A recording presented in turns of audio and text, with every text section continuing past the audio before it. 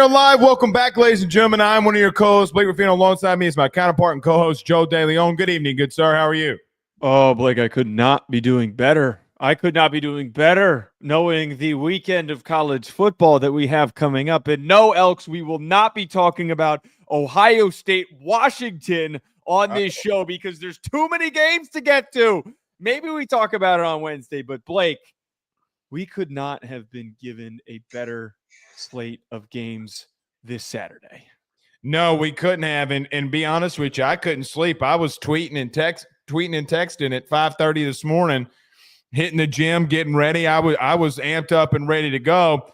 And it's going to be a massive week. And listen, for both of the two big conferences, right?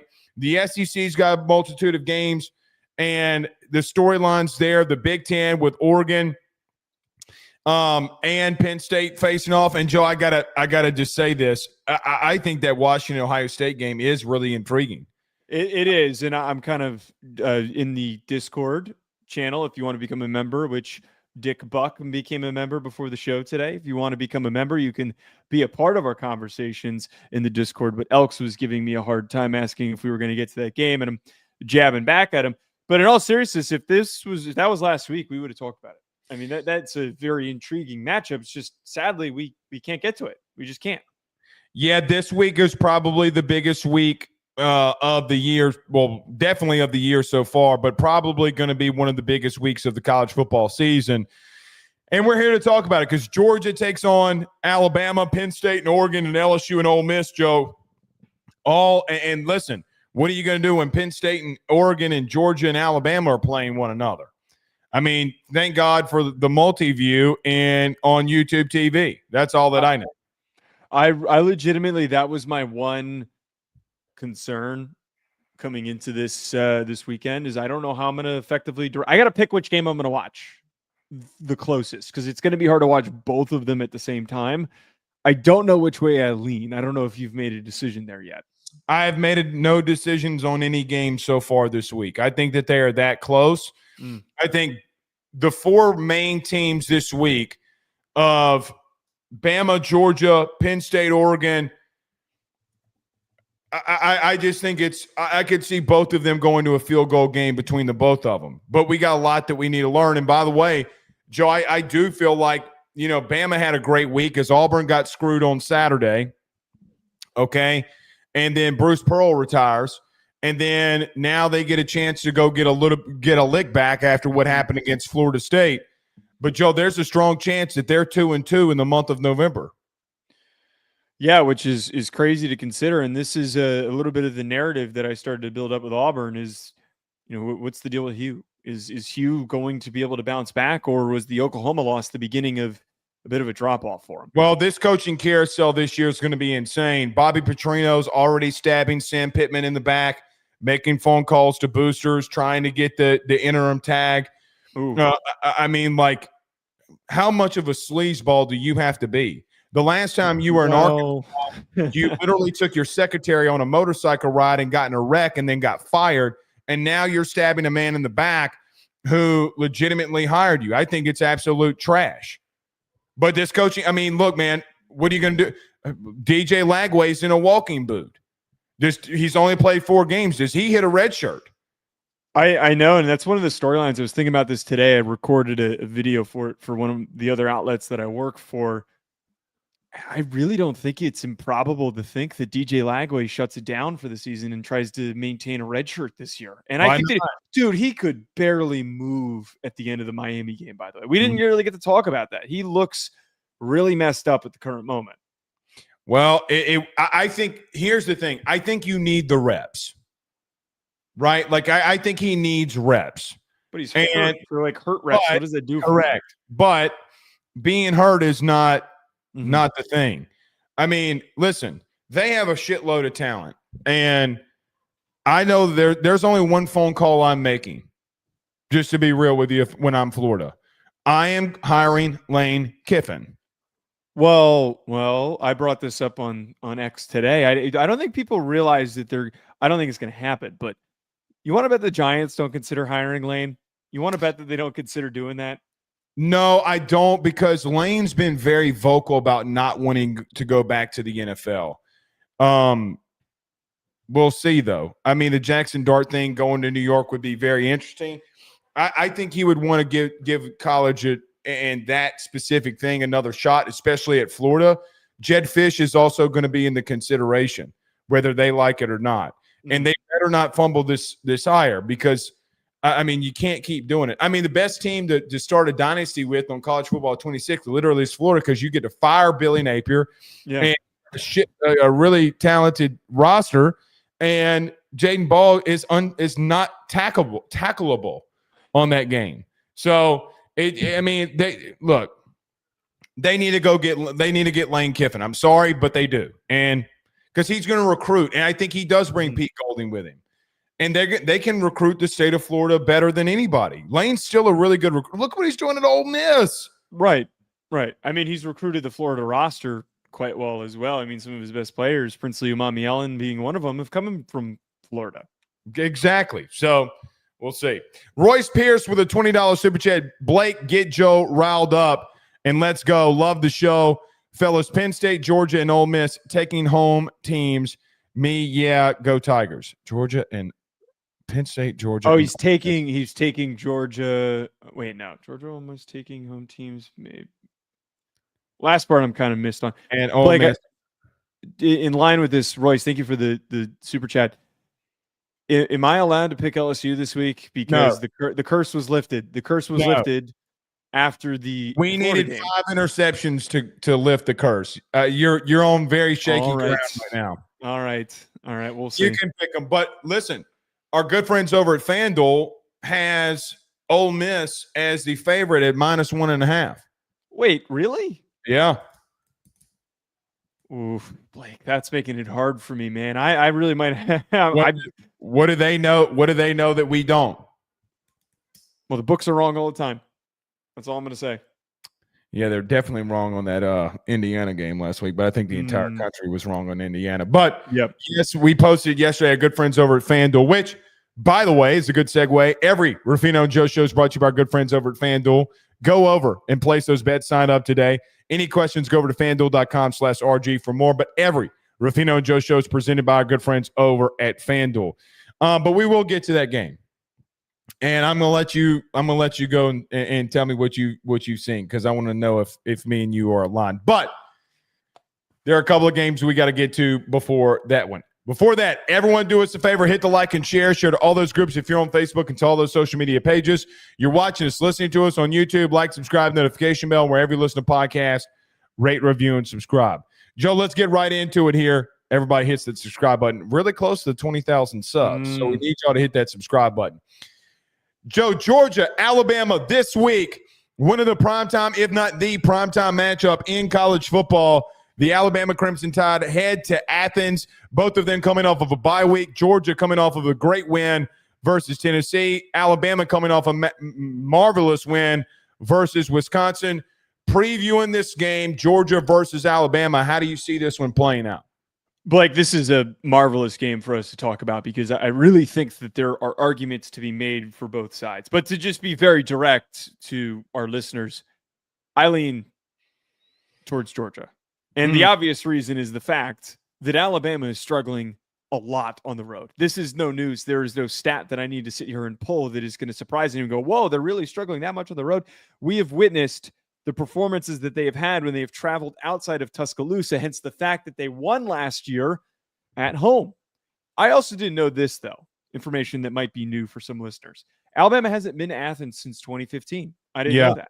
Alabama has also not lost to Georgia since 2003. So there's a little bit of in the regular season. In the regular season. There's a little bit of newness to this interaction between these two very hated programs that don't like each other. Like, the reason why I lean towards Georgia outside of the potential home field advantage that they have, I really think having that Tennessee matchup, being able to work through their offensive issues and to establish and understand what they can do as an explosive, aggressive passing attack and a reliable and steady run game, being able to work through that stuff is going to help them in this game against Bama. If they were showing up against Bama and they didn't have an SEC matchup or a tough matchup to get themselves prepared and mentally ready, the conversation might be a little bit different here. But Blake, I have to lean into at the first talking point for this segment as them having a really strong win that proved to us they're ready to finish at the top of the SEC once again. The question I have about Georgia is, look, the last time that we saw you, obviously against Tennessee, you gave up a lot of big plays through the air, a lot of vertical routes. And, Joe, my question is, have they gotten better in a week, really 2 weeks? Have they gotten better at defending that? Can you hit Jeremy Bernard? Can you hit Ryan Williams? Can you hit some of these targets if you're Ty Simpson down the field after we just saw Joey Aguilar do it less than 2 weeks ago? But I think that there are a couple of massive questions that I have in this game. Can Georgia stop the vertical passing attack if they go man coverage? Will they send more pressure? Where is, by the way, the pass rush that we have known Georgia to have? They have not really been effective at getting after the passer through 3 weeks. I understand not really pressuring Tennessee because when you do, you get yourself out of position. Things can go very haywire when you're going up against Josh Heupel in that offense. But that is going to be, and that right now to me is the biggest question. And can that offense still sustain? We'll talk about that in a moment. But, Joe, I think there are a couple of questions that going into this game that I think are the biggest questions of all. Can Alabama simply run the football? They're 102nd in the country in rushing. That is the thing that Georgia, at least through 3 weeks, I think has done the best to some extent, especially in that second half against Tennessee. They did give up some big runs, but Alabama couldn't line up and run the ball versus Wisconsin. Are they going to be able to do that? And they really couldn't do it against Florida State. Now you go against another Power 4 opponent. Are you going to be able to do that? Unlike the Tennessee game, I do think Georgia's beneficial factor here would be to send the pressure after Ty Simpson. Now, Joe, the thing that has been the best for Alabama offensively that I think is interesting, they've not been able to run the ball, but I think Ty Simpson, and I agree with Kirby, has been probably the hottest quarterback the last couple of weeks. Get this. Alabama is first in the country at not allowing turnovers. They have 0. Now, you can revert that and say that, well, that's not technically true because they had a pair of turnover on downs and against Florida State. They had one against Wisconsin. I mean, but legitimate turnovers, fumbles, interceptions, things like that. I look at Alabama and say, listen, I think Ty Simpson has shown some good things the last couple of games that we saw him. The question will be, is against a team like this, you're going to have to find a way to run the football. And, Joe, if that's not the biggest question in this game, I have no idea what is. Name a time that everybody, let me back up. Everybody talks about Alabama's mortal now. You know why? Because they're 102nd in the country in rushing and they can't run the football. What does that running game look like going up against a really, really good front seven in Georgia? So I'm glad that you're bringing this up because I like to lean into, now that we're on to week 5 and we're a little bit deeper into the season, we have some stats that we can actually turn to. Still, by the way, it's the third of the season. Which is nuts to say. Some of the stats are a little inflated because a lot of teams haven't really played anyone, but teams that are explosiveness tends to carry against most opponents. Then that makes it worse for Bama. Well, so what I'm getting at here is that the one massive disparity, there's a lot of evenness in this matchup, but the biggest disparity in one team's defense and a team's offense in a specific area is Alabama's ability to generate explosive plays in the run game. They are 70th in college football in EPA per rush.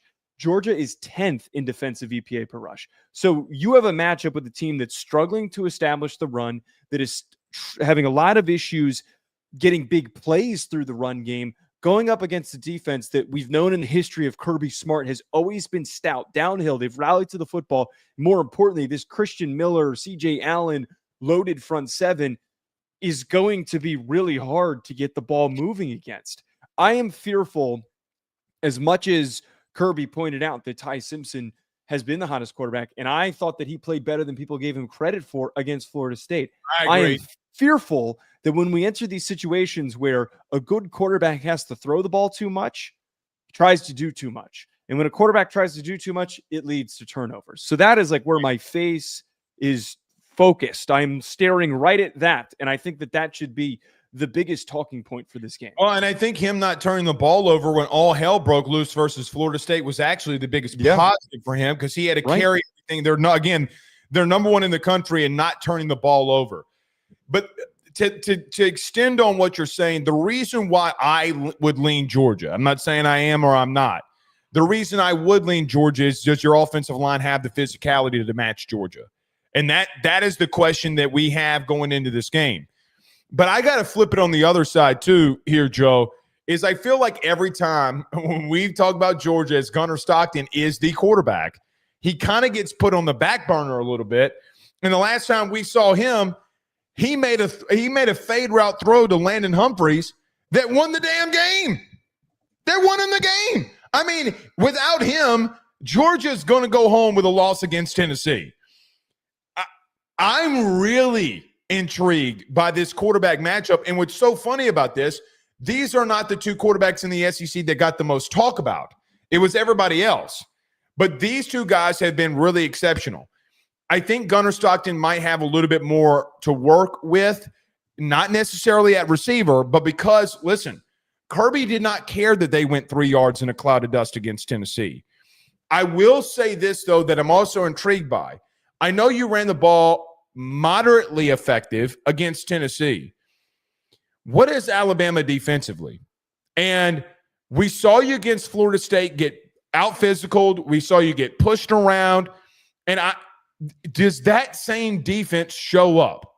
Mm-hmm. I know that, look, you got to give them this. They've tried to be more multiple in things that they do, but they want to be downhill. And they got 3 running backs, really 4, that they can go to at any given point. And if you keep going man coverage, does anybody and can anybody stop Zachariah Branch?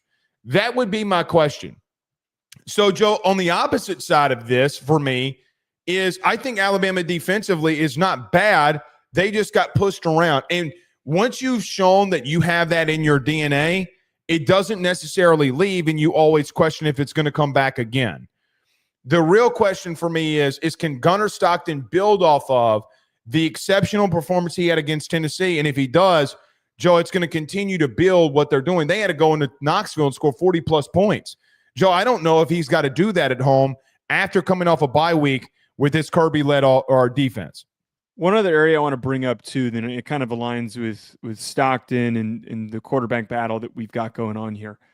Georgia's offensive line has felt better than last year, but it's still not been great. They're dealing with the injuries and shakiness and trying to establish who their full lineup is. You've got Ernest Green, who you think was all good to go and was completely fine, and then now we're back here where he's dealing with back issues. They're this season, Blake, they're 58th in the country in havoc rate allowed. Havoc rate, for the folks at home that don't know, it measures tackles for loss, pressures, sacks, situations that cause problems for your offense if you're allowing it. I would wonder in this game, after Alabama went that stretch at the beginning of the year where they were not getting any sacks, and then they really exploded against Wisconsin. Mm-hmm. Does this Georgia offensive line catch the bad timing for them going up against the Alabama unit that has a lot of really good athletes that were still just not clicking? Right when they're clicking, they get the bye, and then now they're going up against Georgia. Does the timing of that cause problems for them, and does that cause problems for Gunnar Stockton? The only thing that I kind of push back a little bit on that is I kind of need to see Bama do that against a team like Georgia, because that's why I'm bringing it up. That's what Wisconsin's just so bad. Right. Like that's what I'm saying is this proof that the Alabama pass rush can actually be something? Because I don't know. I got to be real with you. I'm not even factoring it in at the current moment until you do it, because you hadn't been able to do it against better offensive lines. Mm-hmm. I mean, look, it's one thing about Wisconsin when the back end's taking care of the receivers and there's nowhere to go with the ball. It's something completely different when you're in a situation where Georgia, listen, I know that they're facing injuries. We'll see what happens throughout the week and what some of those injuries and what happens there. But at the same time, Joe, Bama's got a lot that they have to prove here. And in that proof, listen, the physicality part of it, man, like I don't know. And for whatever it's worth, I don't even think it's getting home all the time against Gunnar Stockton. Can you contain him when he runs? Yeah. Yep. And that's another part in and of itself. You're worried about getting home. Sounds good. Well, you can't just get home.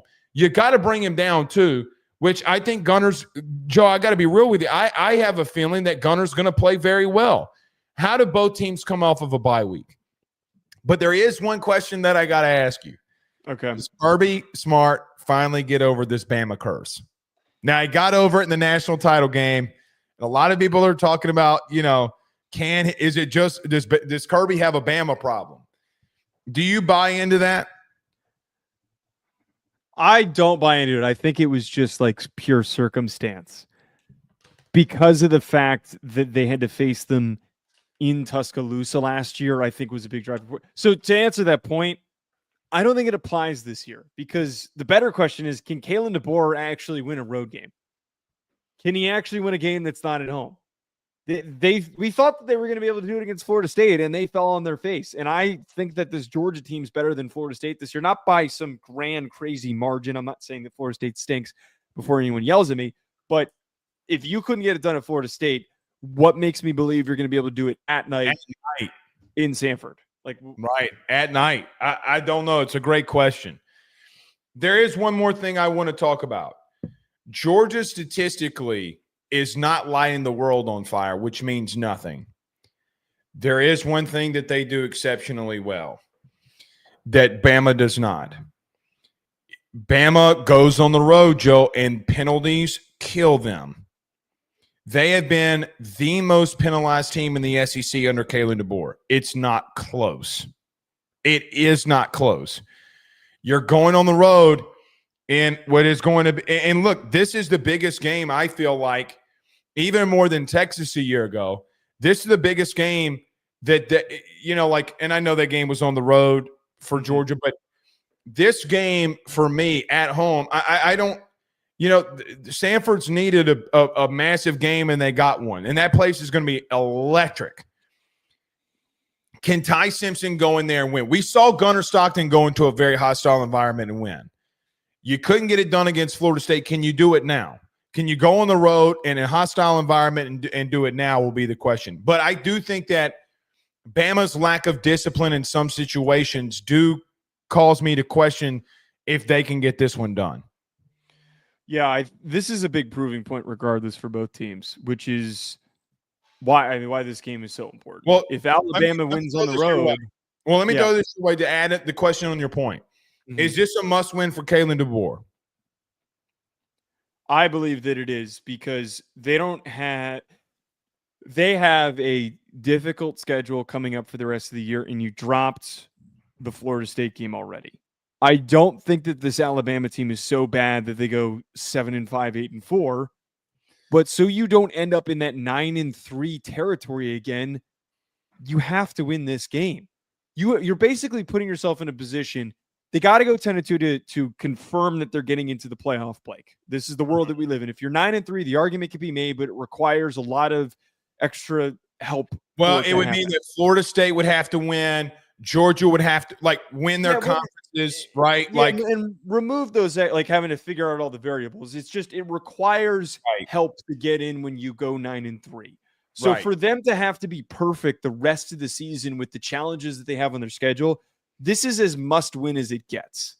Mm-hmm. I mean, if 2-2 in the month of September, Joe, it's going to be, as you end September, it's going to be big. And look, I do think Georgia wants to right a couple of wrongs from last year. Dude, I've been waiting to say this, and I told you that I was going to hold off in saying this in pre-production when Georgia beat Tennessee. Dude, the team for Georgia last year loses that game in Knoxville.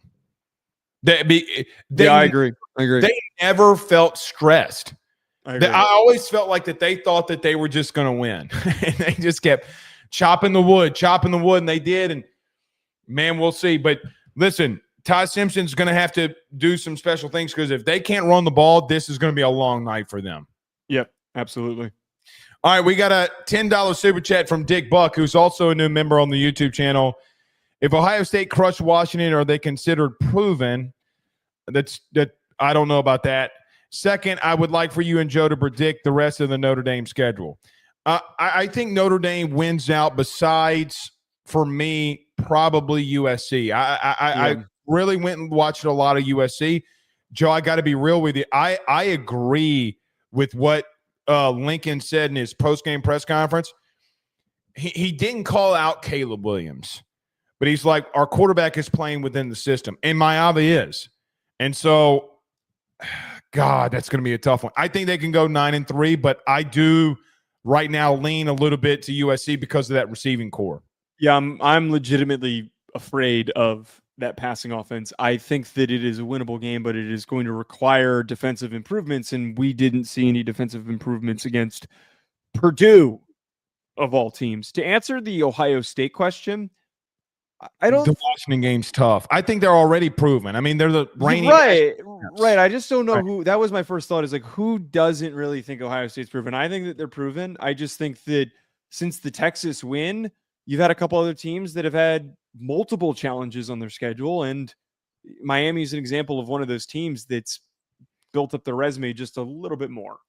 Yeah, I mean, I don't hate that people are keeping them at 1 because they haven't lost.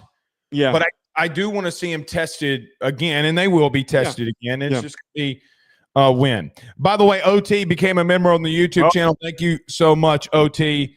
Hit us up. I think he can now be in the Discord, correct? Yes. If you sign up for a membership, it's $4.99. You get access to the Discord. Past couple days have been super busy, so I haven't caught up a lot. But when I went in there to check how the conversations are going, everybody's just been bantering back and forth. So it's great to see that we're already starting to build a nice little community. Agreed. By the way, 2.5 for Georgia, minus 2.5 on FanDuel. We forgot to mention that. Yes. As well. All right, Joe, Penn State versus the Oregon Ducks. I think a lot of people in the Big Ten have been anticipating this one because Penn State's kind of had a couple of little walkthroughs here in the beginning of the season, but have looked good doing it. Oregon has just kind of turned heads of the entire country based off of what they've done so far through 4 weeks. Penn State versus Oregon. How do you see this one playing out? Blake, I've had a lot of trouble picking which side I lean on because this game being at Penn State is absolutely an advantage. And we get a whiteout night game. That is absolutely an advantage. And Penn State has done a lot of the things that we were expecting from them to the degree of their defensive dominance. They have taken the step forward that we were projecting for them. They're fast, they're physical, they're athletic, and Jim Knowles has activated this team right away. There has been no hesitation. I know that they haven't played anybody, but I implore everybody to go look at the bloodbath that they have put out there against all of those opponents that they have seen. They've slept walk. Right. Where I have hesitation, though, here we go. Like I feel a little off about Drew Allar. And I was on with Tom Hannafin, a State of State, and we talked about. He asked me straight up. We talked about this. Am I worried about Allar? He has not played to the degree that I think a lot of us hoped. And what I mean by is we were hoping that this year he would take the step. And when you take the step, when you're as physically gifted and as talented as Drew Allar, you're supposed to light up the scoreboard against the bad teams like Fernando Mendoza has done already for Indiana. You're supposed to go 21 of 23 for 230 yards and 5 touchdowns. Oh, wait, that was against Illinois. Allar is still misfiring, and the internal clock sometimes isn't there. But before we dig into Oregon, Blake, I have to say, I do wonder if this is a little bit similar to Gunnar Stockton. Is this similar to where we're overanalyzing this kid because there's a microscope on him? And the minute that he gets the lights on and he plays a big game, he finally shows the version of him that he's been working on this offseason. I know I'm projecting a lot there, but it's fair to say. They have not opened up anything. Right. That's my point. I mean, Joe, let's just be real. There have been a couple of times that they've taken shots, and I'm not saying that they haven't. However, Joe, every Penn State game that I've watched throughout the year so far, slant, hitch, drag. slant hitch, drag, swing pass. I really and Wildcat with when they bring in right. I mean, listen, I'm not. So my number one thing is to kind of counteract what you're saying, or not counteract, to build off what you're saying. Excuse me. Who is Penn State? I don't think we have any clue. I really don't. What in the hell does Andy Kotelnicki have up his sleeve? Because he's got shit up his sleeve that Oregon's not seen on film, and quite honestly, I don't think they're prepared for. Got to be real with you. Joe, last year, Drew Allar did not have a bad game versus Oregon. And I know it's a completely different team. He had some really good things and did some really good things. Can they run the football and take the pressure off of him? This Oregon defense and this front seven is very nasty. And I think that for me, is even, and I'm wearing Oregon green here. I look at this game and say to myself, Joe, listen, you have a stable of running backs and a duo of running backs that might be the best. That offensive line's still been very good, and they're trying to run the ball on 3rd and 6, and they're just kind of running clock, not doing much. Who is the real Penn State? Now, I will say this: they have dominated up front, and you don't need to know the opponent when you watch them and look how dominating they've been. Dennis Sutton. Hot take, Dennis Sutton might be one of the top 5 players in the country. I don't even think that that's remotely a opinion at this point, how dominant they've been and looked defensively. But I do wonder, Joe, now that they're going to get tested, what they look defensively under Jim Knowles, how Drew Allar looks. And we have to get those questions because we don't know.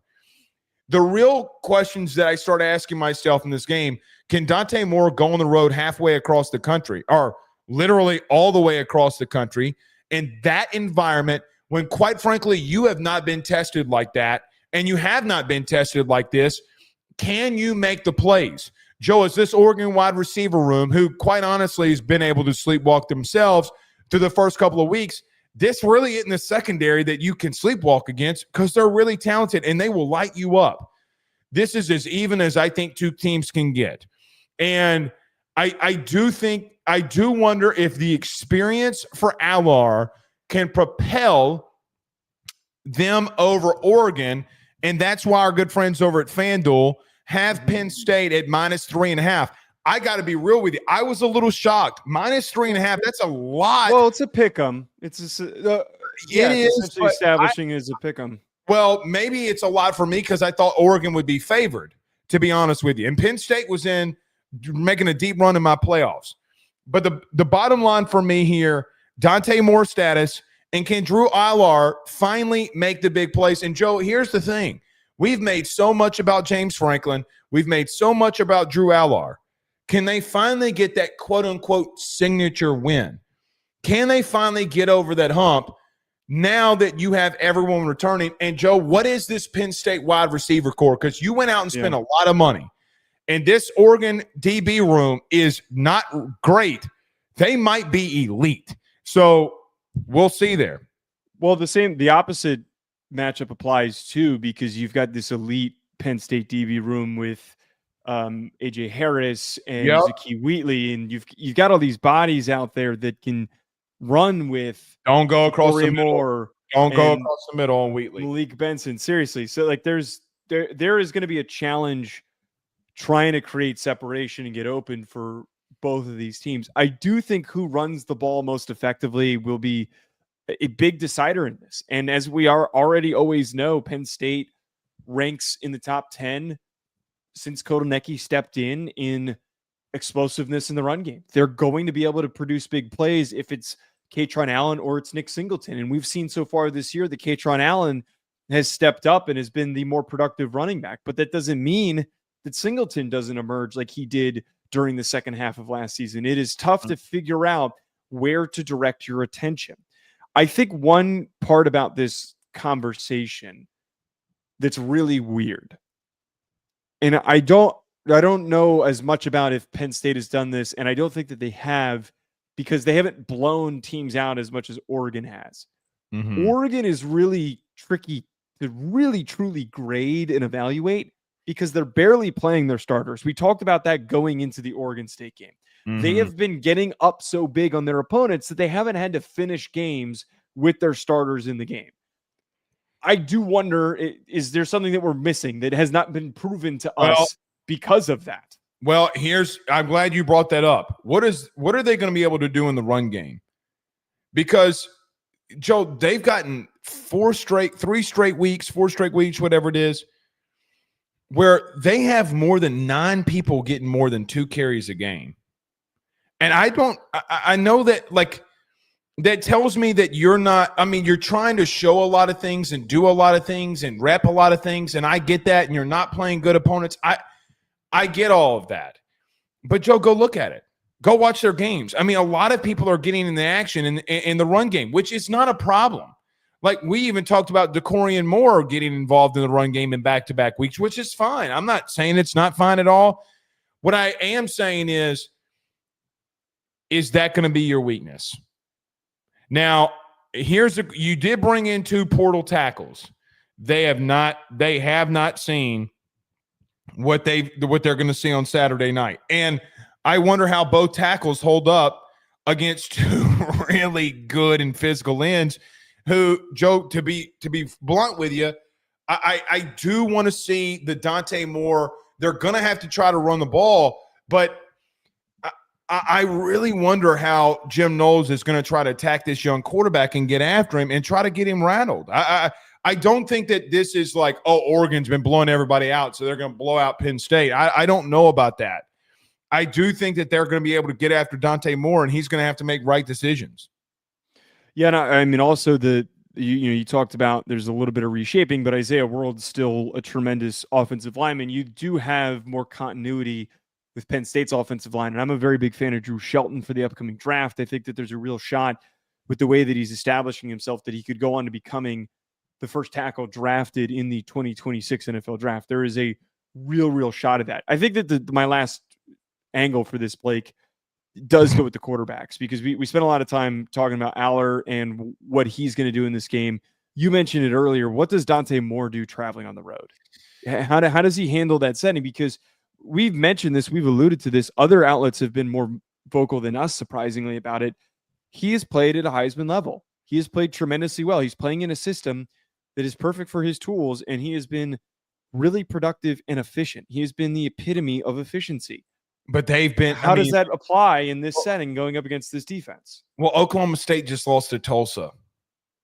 I know, and we're not saying this to poo-poo on Dante Moore. It's more so I believe in him, and I think that he's going to step up. But does he step up?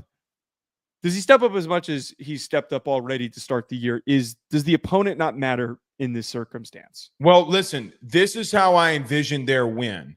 I don't know what the young wide receivers, I don't know what their receiving core really is yet. We both have talked a lot about how much we love DeCorian Moore. Sadiq's going to have to get more than 10 targets. He's going to have to be the safety blanket for him. I'm trying to find 18 as quickly as possible, to be blunt. A lot, because I think that you do I do think there could be a little bit of a mismatch there. Wheatley, I love him to death, and at the end of last season, I was calling him the best safety in the country because of how he just lays people out. He can be very handsy with tight ends and a little too handsy. So, look, I think Dante Moore can go and prove to a lot of people who he is and how talented he is. It's just, look, young quarterback on the road is a challenging task. And by the way, you have a young wide receiver core. Joe, they've been blowing teams out, but they're going to have to answer a lot of questions here. I keep going back and forth in my brain. I talk myself into Oregon. But see, the thing here is I look at the front seven for Oregon, and then I know what Drew Allar's been, and he's got to raise his level of play. So then it's like, look, we say and focus all on Dante Moore, but then I think about Drew Allar too, and I'm like, are they finally going to do what everybody's been making fun of them about not being able to do? Well, and this is not directed at either quarterback. This is merely just a statement. This happens more in college football than we want to recognize, where the first 4 games of the year, when neither team really plays anybody, the guy who's statistically better, we've seen instances where said player ends up kind of crashing and leveling out. And the guy who maybe was struggling for the first 4 games, hitting a rhythm, hitting a stride because he's a gamer, and the big games are the ones that he gets up for and that he gets focused in and then he gets locked in. Nico is example A of the side of the player who was doing tremendously well. And I am not comparing Dante Moore to Nico, but I'm just saying that things change drastically after the first month. This is the truest pivot point of the season where everything will change. And everything that we thought that we knew could be completely exposed and altered. Well, as we constantly say on the show, I mean, week 5, week 6 is normally when you start really knowing a lot about a lot of teams because they start playing a lot of teams or a lot of better opponents. All right, let's move on here. Tyler Evans has joined the YouTube channel. Thank you, Tyler. Yeah, welcome. Head on over to the Discord. We'll get you hooked up with that as well. But thank you so much for becoming a member on the YouTube channel. Garrett Roberts says, here's $5. I used to think you guys were pompous assholes, but you are, but I kind of like your content. Go Dogs. He says, it's all love, no hate. You guys are great. Well, I guess it's a compliment. That's the nicest thing that someone you like. We don't usually get a lot of compliments, so that's the nicest it's been. You know, I have this little thing right here with like a nameplate that says AYS on it. Maybe I should get one that just says pompous asshole. Yeah, maybe that should be the new bio. The 2 pompous assholes talk. 2 Italians talk college football. I will say this: I don't agree with a lot of people in the AP poll. We have not been the pompous assholes. If we wanted to come out here and be pompous assholes like Bud Elliott, who I got into it with it today.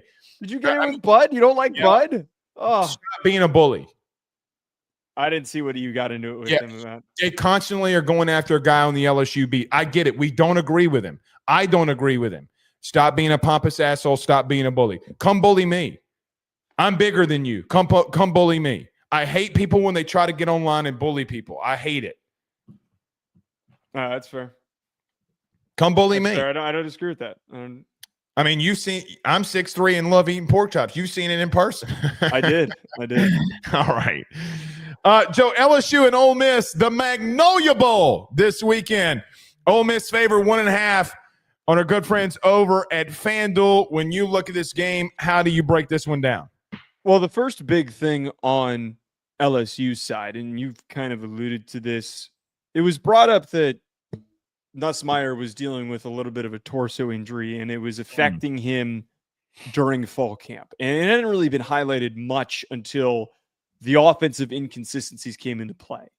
He had a bit of a shaky game in week 2 against a no-name opponent, and he has the shaky game against Florida, and everybody's starting to panic. Suddenly, he's seemingly back to normal against Southeastern Louisiana, which it's Southeastern. It's not a tough opponent, but it did feel like more of a rhythm was captured. I think Blake, knowing with Nuss, if that version of him shows up against Ole Miss and the version that we saw in week 1 against Clemson, where he was decisive, he was aggressive, he was attacking, that version to me is the biggest key to winning this game. Because Blake, to be very, very honest, I have not been impressed by this Ole Miss team to start the year.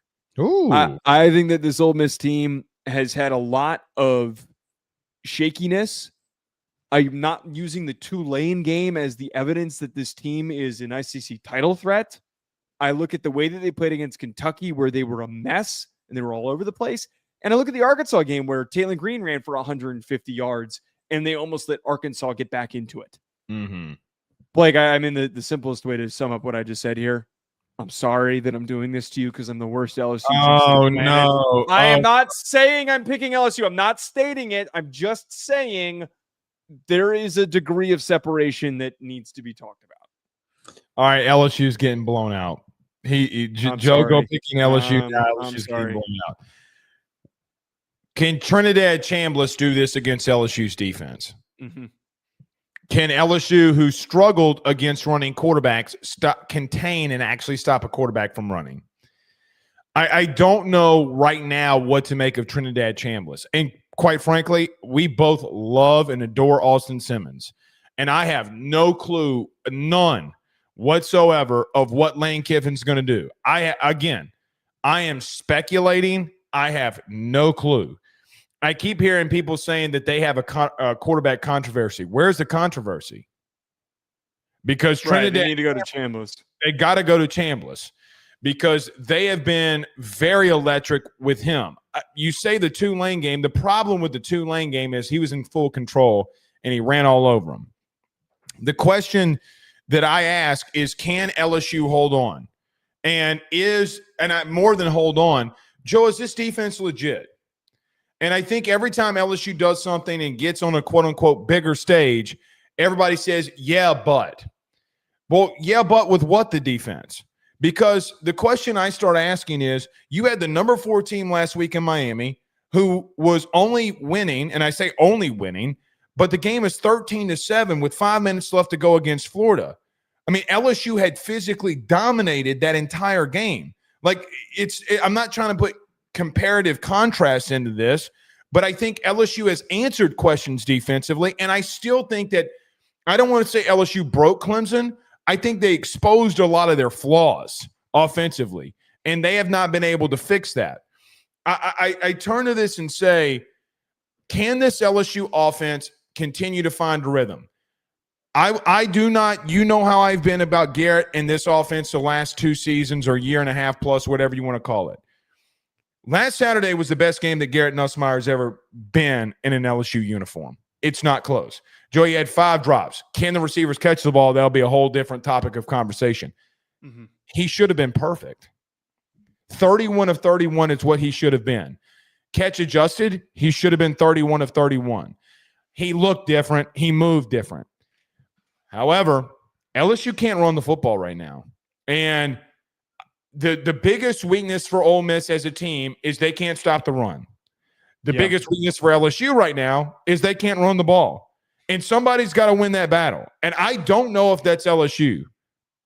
Well, I would argue typically in a matchup like that, whenever we see a team that's bad at stopping the run, no matter who they're facing, said team will suddenly find success running the football. They're 123rd in EPA per rush defensively. They can't stop anything. Bad.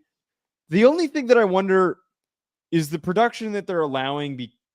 I know that Kentucky had its way with running the football against Ole Miss in that game, and that was kind of some of the problems. But are they statistically so bad because Taylon Green was just so elusive? No, they're not getting lined up. I mean, as I broke them down all day yesterday and today. My buddy Lyle Johnson was here doing some work at our house, and he's like, "Are you really watching this game over again?" Because when I got it, but Joe, they're not getting lined up. Other than Perkins on Ole Miss's Perkins, I don't think that they know what they're doing sometimes. They're getting lost in man coverage. Their linebackers are missing reads. I don't know. But I don't know if LSU is the team to expose it either. Right. The one thing, the opposite side of this is LSU's offensive line going to get potentially exposed in this game? Because Ole Miss has not been productive at causing disruption. It has not. It's been another category that one of the worst teams in college football at creating havoc. They're just not good at doing it. We have talked about at length that a lot of the offensive problems stem, and they don't really get talked about enough. It stems from the offensive line not being as good as it was last year. It just has not, and that's a tough task to ask it to be as good as last year's offensive line. I do kind of get here. There's all these weird problems that both these teams have that align with the opponent's problems. Which team gets right in this game?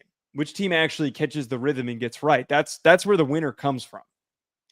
You know, I do say this about Ole Miss though. They will go 3 and 4 yards in a cloud of dust, and it's not the Lane Kiffin style, but they do it with tempo. The Lacey kid, and now with Chambliss, and then Logan Diggs getting involved late in games and running downhill. Joe, it's completely opposite of what you think of what Lane Kiffin's going to do. In case you haven't watched Ole Miss this year, Joe, they are downhill. I mean, they are straight downhill, and they don't care. And what has happened here, and what I think is going to be interesting, Chambliss has been able over the last 2 weeks. Arkansas is god-awful in their secondary. God-awful.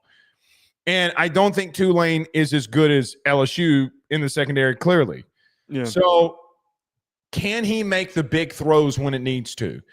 I'm going to talk about this a lot on Thursday, but I'm going to give a little preview here. I don't know if Blake Baker doesn't just say, hey, Mansour, hey, Pickett, hey, PJ Woodland. We're going to man up and we're going to stop the run and we're going to make this kid beat us through the air.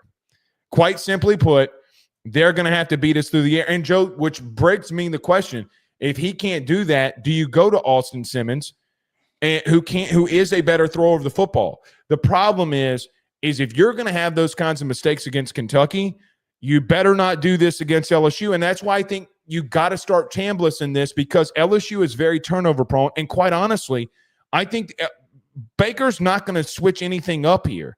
They're going to do everything that they've been doing. And Joe, I gotta continue to say this. I do think the best secondary in the country right now resides in Baton Rouge. And I agree with that. So that's like the biggest part for me, why I really think that LSU has the edge in this game and why they should win this game. Austin Simmons plays or contributes, however they end up figuring this out. It's Monday when we're taping this, so maybe something is a little bit more clear. We probably won't know what the plan is until the game kicks off. Austin Simmons against that secondary turns the ball over multiple times. Trinidad Chambliss has been a little bit more protective of the football and has been a better decision maker, but I question if he is going to be the Achilles heel for this defense. Is he the guy that exposes the LSU defense? I don't think that's the case. I think that right now Blake Baker has the bodies that he needs as he's been building up this defense over multiple years to create one of the most chaotic defenses that anybody in college football has to deal with. Miami's defense is very different. They're 1A and 1B, but they're very different. Miami is swarm to the football, play fundamentally sound. LSU is, we're going to fly all over the field and we're going to pop you in the mouth and we're going to confuse the living hell out of you. Well, and we're going to out-athlete you. I mean, they've just been out-athleting everybody. I mean, I don't like it. I'm just saying, I don't like Ole Miss against, or Lane Kiffin against a defense like this. I just don't. I think that this is a game where he overthinks it and he gets caught up. Well, let me just say this. This game in Oxford's always close. Mm-hmm. I would be shocked if it's more than a 10-point game on either side.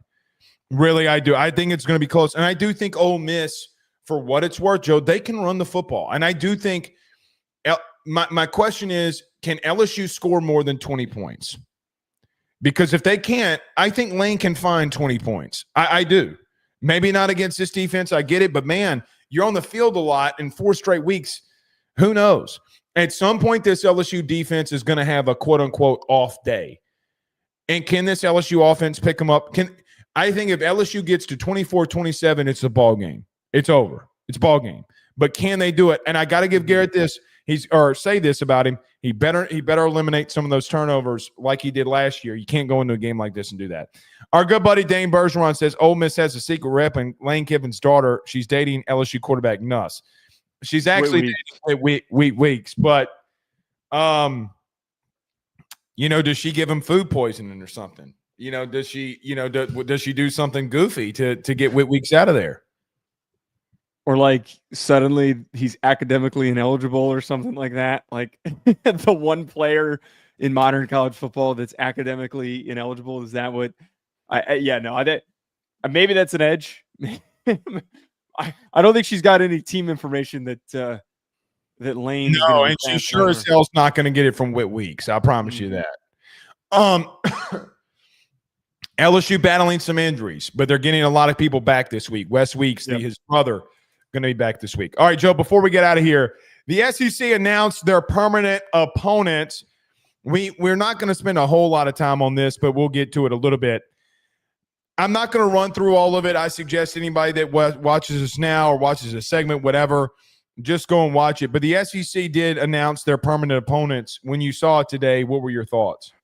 I'll let you get in the really nitty-gritty of this because you and I were talking about it pre-show. I don't think the SEC, and I know this is probably the most benign take out of anybody. I'm not an SEC fan, so I have a lot less of a rooting interest in the matchups that come out of this. As a college football fan, looking at this, I feel as though the SEC did a moderately fair job of establishing some parity. It's not even, some teams did get a little bit more hosed than others, but I think for across the board, there is favorability for a lot of these matchups for the next 4 years. I will say, though, Alabama got a very, very friendly draw.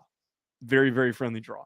I think that and Tennessee are probably the two that most people are going to direct their attention to compared to some of these other programs that have to face teams that are either tough programs, tough to go up against, or it's just not a sexy matchup. The LSU one I know is one that you're probably going to bring up.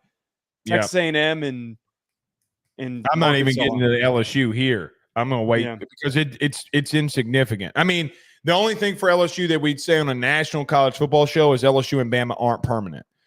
Right. Does Alabama, Auburn, and Tennessee as permanent opponents. They're not going to give them LSU too. They're not going to do that. I mean, it seems as if that the SEC said your two biggest rivals, and the closest team geographically closest to you. And it's looked like what they did. Arkansas, Auburn, and A&M got hosed. Those teams got hosed, and that's going to be tough.